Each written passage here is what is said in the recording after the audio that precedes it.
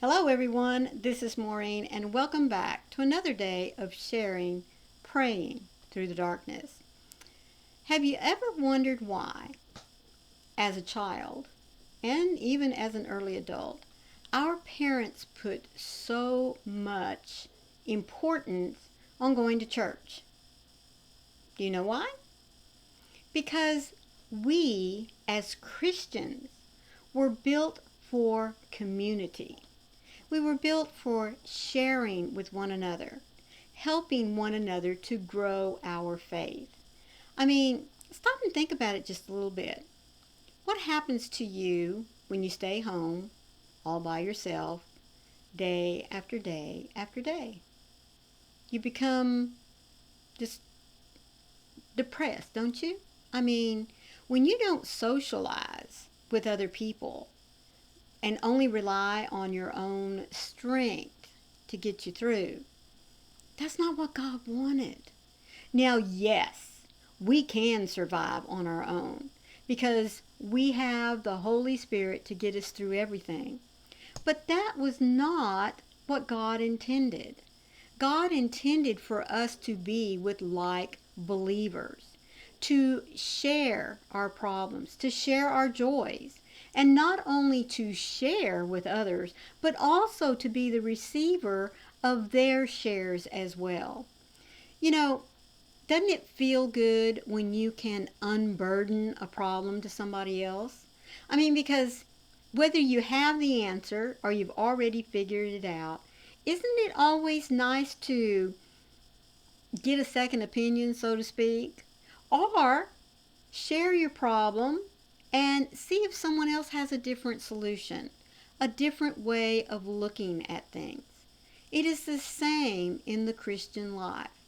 God wants us, number one, to share our experiences with one another. He also wants us to be silent and to listen when others are sharing, because only through the sharing can we grow as Christians. I remember sitting in a Sunday school class one time, and I mean, we were all about the same age. Our Sunday school teacher, was one of my friends and everything. And she shared with us a problem that I had no idea she was going through. In fact, it shocked me because, quite frankly, I thought she was what I would have loved to have been as a Christian, strong in her faith, folks, and very demonstrative of her faith. But something had happened in her life several years before I met her, and she had been struggling with it all that time. And finally, she had come to a point where she was ready to share with all of us there and to help, to ask us for our help. What would you do? What do you suggest? And will you pray for me to know what God wants me to do? See, folks, as I said, we are not built to be alone.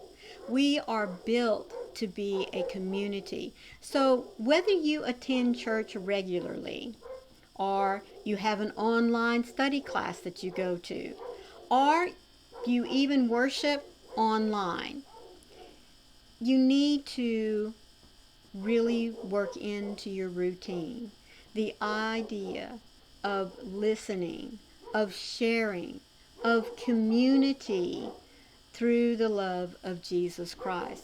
Because today we are told in 2 Corinthians 13:11, rejoice, be made complete, be comforted, be like-minded, and live in peace. The Lord God of love and peace will be with you.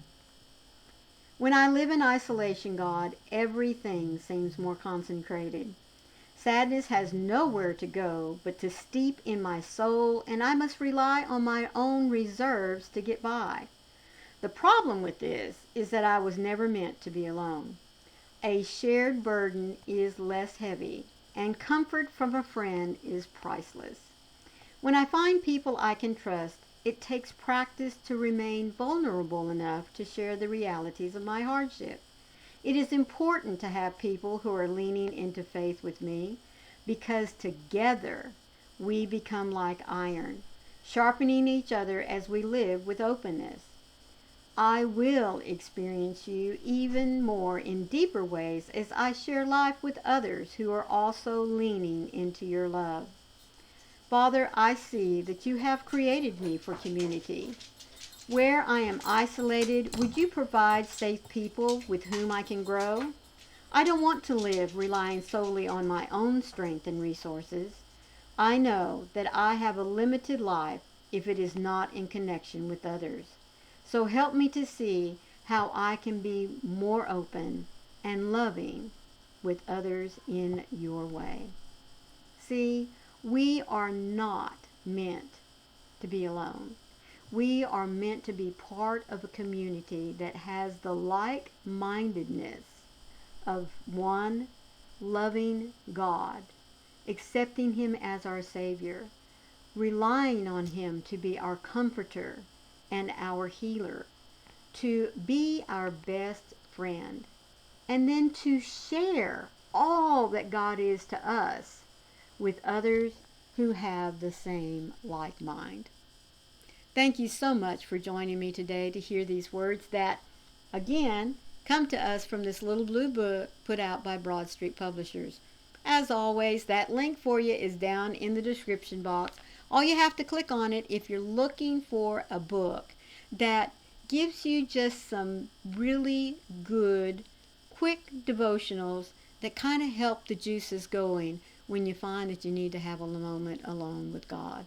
Also, it makes a great gift, and as I said, it's coming up that time of year when we want to find those special little stocking stuffers. So think about it. Go grab you one. As always, folks, do not let the chaos of this world isolate you from others who share your joy and love of Jesus Christ. Get out. Call up a friend. Get online. There are plenty of opportunities in which you can share and others can share with you. Be a blessing to that person and then receive the blessing that they wish to share with you.